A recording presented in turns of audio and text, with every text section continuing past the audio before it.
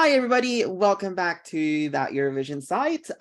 We are going to take a break from interviews because it seems for the past few days, all we've been uploading is interviews from left, right, and center of all the national finals.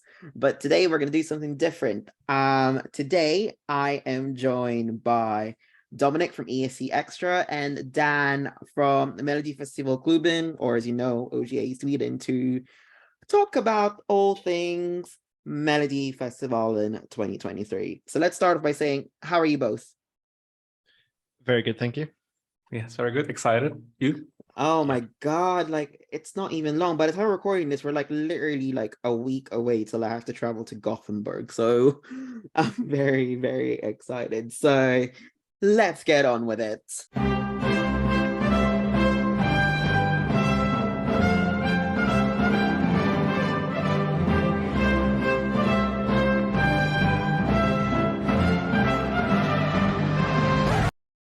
Okay, so we are going to structure this in two-part episodes. So today we are talking about the first two Deltoblings, and then on another episode we'll talk about the final two Deltoblings. And we're just going to say our thoughts on the lineup and who we think will qualify based on knowing absolutely nothing but just the songwriters and history on what we know of. So we'll crack on. So as we said, the first Deltobling will start next week.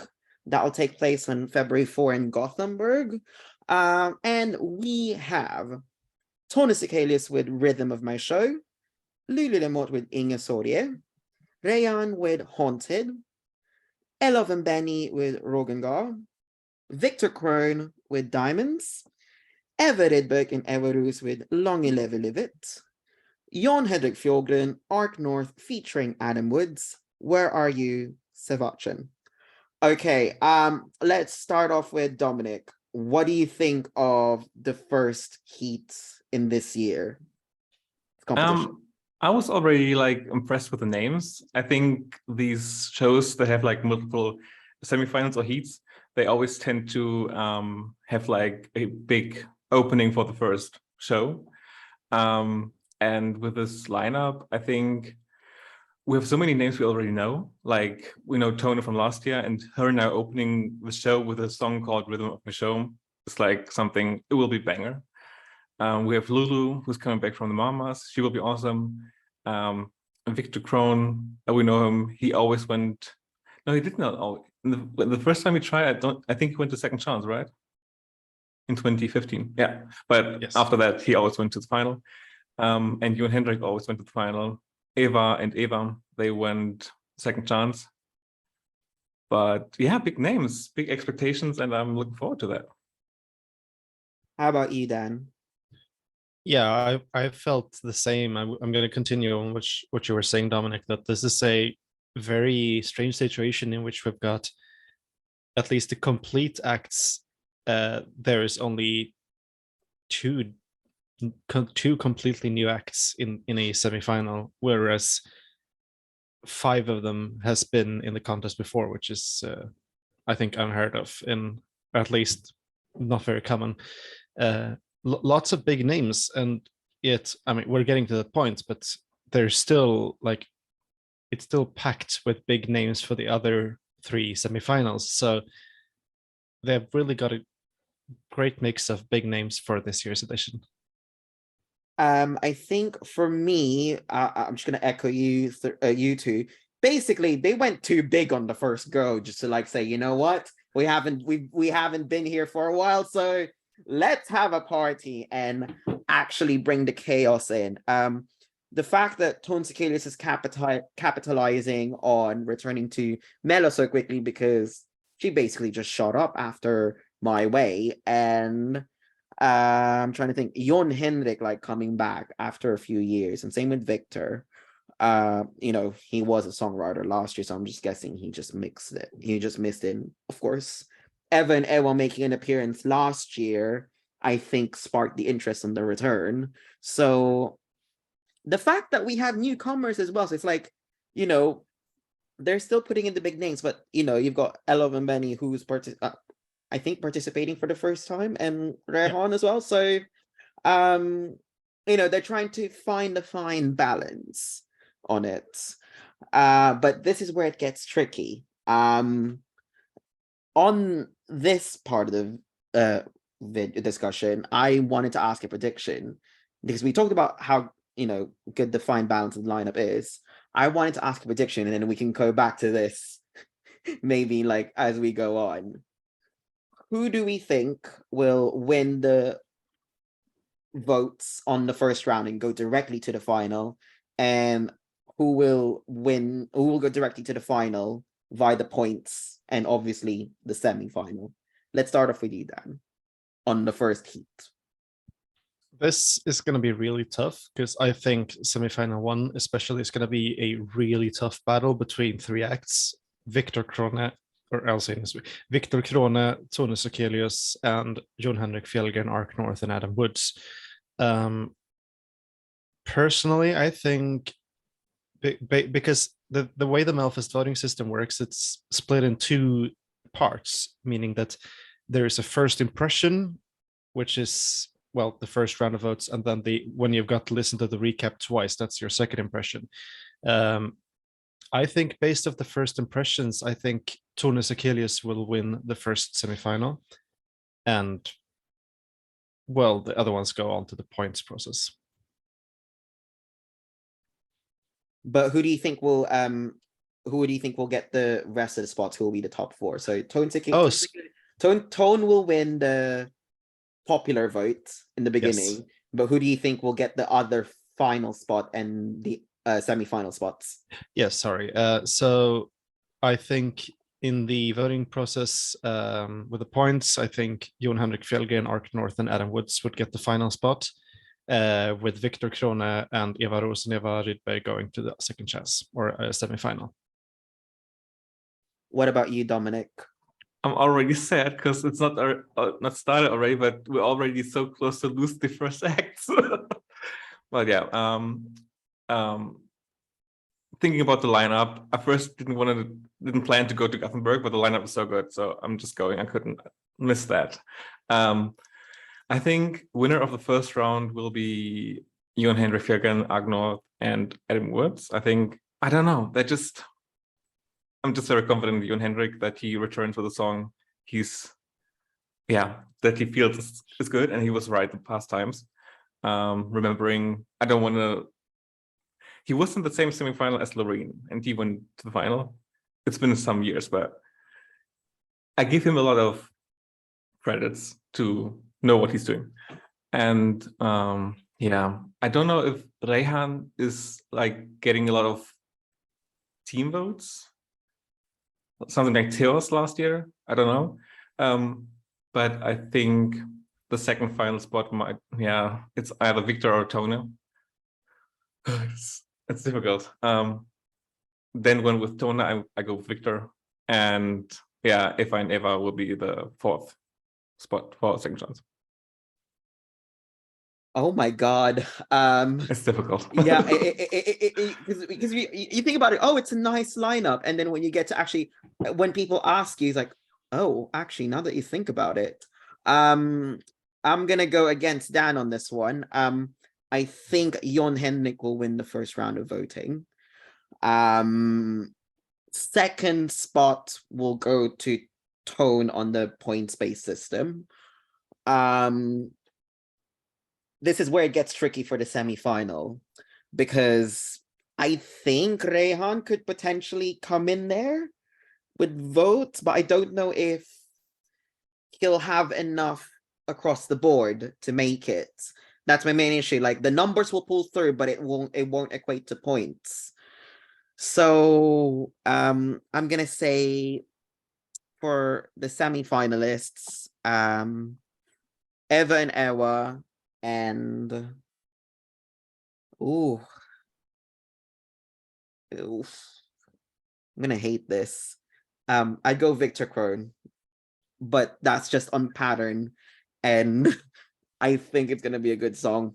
I don't know, but I think our opinions will come and bite us next week, but we'll figure. We'll see. We'll make a laugh about that. We'll make a laugh about that and tweet that account on Twitter. So like, okay. I think it's important to mention that We are all like probably going to cover the contest, but we have not heard any of the songs. We don't even know what genre it is. We haven't read the lyrics. We know absolutely nothing. These are just us judging by previous appearances and what we know about the artist, but we don't really know. This is just so we make it clear. Yeah, it might surprise us. Who knows? Like, you know. Oh my God. Okay, moving on to the second part of this video. We are going to the Tovingsvoll, and we're going to Linköping. And on this heat, we have Victoria with All My Life, Where Have You Been? Eden with Comfortable. Uye Brandelius with Gryton, hopefully I pronounced that right. Panetos, On My Way. Tennessee Tears with Now I Know. Maria Sur, Never Give Up. And Theos with Mer of Dig. Dan, how do you think this lineup looks? We've got one person who basically was seen as a front runner. We've got one who became shot up to fame because of increased their fame because of last year, Theos. And we've got someone who's returning, Victoria, and a lot of newcomers on this round. So as a resident Swede, what do you think of this? This is incredibly hard to say. We have Victoria, who is very much a audience favorite.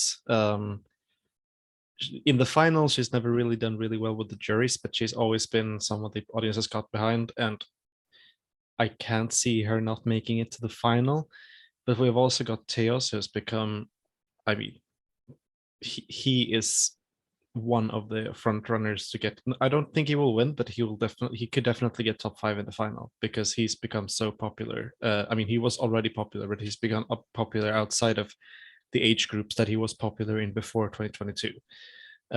We have Maria Sur coming from Ukraine with this song. We don't know what genre it's going to be, but I imagine it could have tremendous impact as well.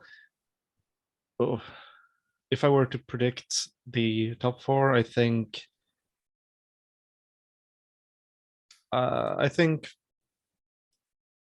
Victoria wins the first round of voting. I think TES wins the points, and Panetos and Maria Sur go to the semifinal. And it feels like, oh, you're just not picking the newcomers, but I can only go by what I know and what I think. So yeah, I think those 4 are gonna make it through. What about you, Dominic? What are your thoughts?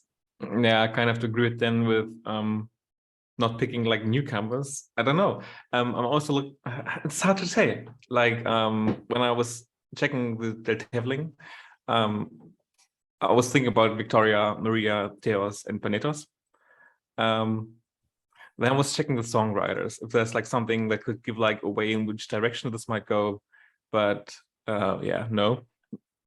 That's not saying anything. I am saying, I think it's TES and Maria going direct to final. I have no idea who's going to win the first round. If TES has a song, a banger like last year, everything's possible. Yeah, if Maria captures the moment and brings an amazing performance.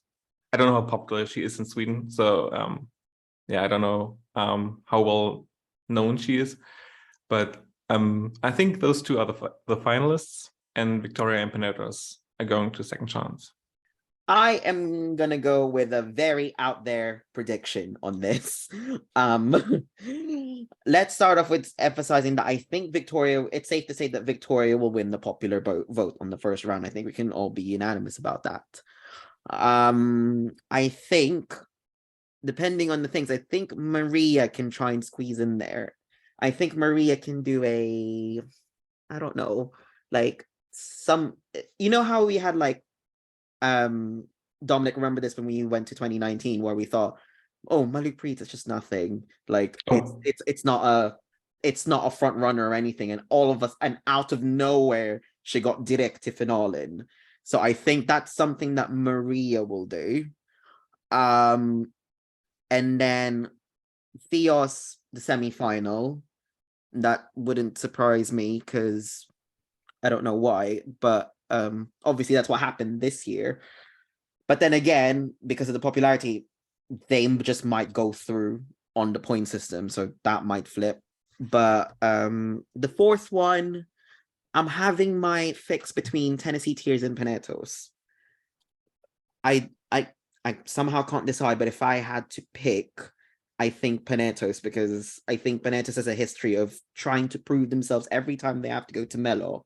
Okay, they get put to Andra Hansen, and from Andra Hansen, they managed to sail through easily. So I think they might have, because they've been away for so long, I think they're going to have to do that again.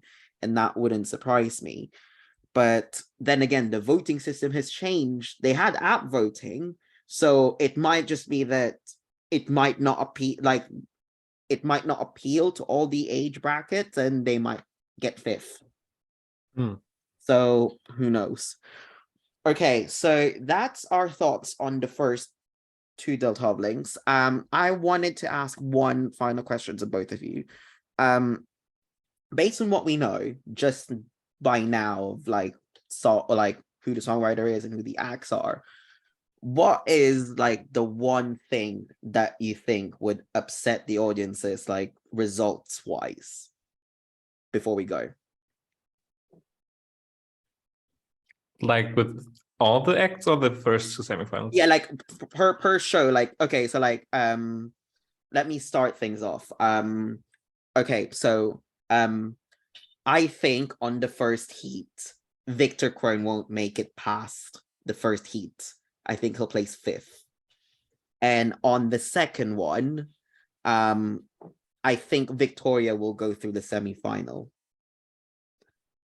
and not win a popular vote, or like not even like go on the top of the points score to make it through.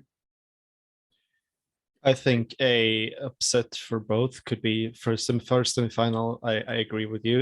It could be that Victor Corona doesn't even make it past the first deltävling. That's a possibility for sure. And with deltävling 2, I could actually see Uje Brandelius make it to the semifinal, knocking out, I mean, either Panetos or Maria Sur. But yeah. How about you, Dominic? I don't know. I'm close to tears right now. Like, I know we should be neutral. We should like, I don't know, but I will start a campaign to get Victor to the final one way or another.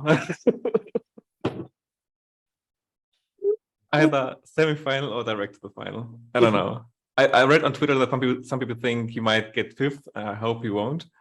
I don't know. In the first semi-final, I would be very surprised if Jan Hendrik is going to the semi-final. That'd be a big surprise for me.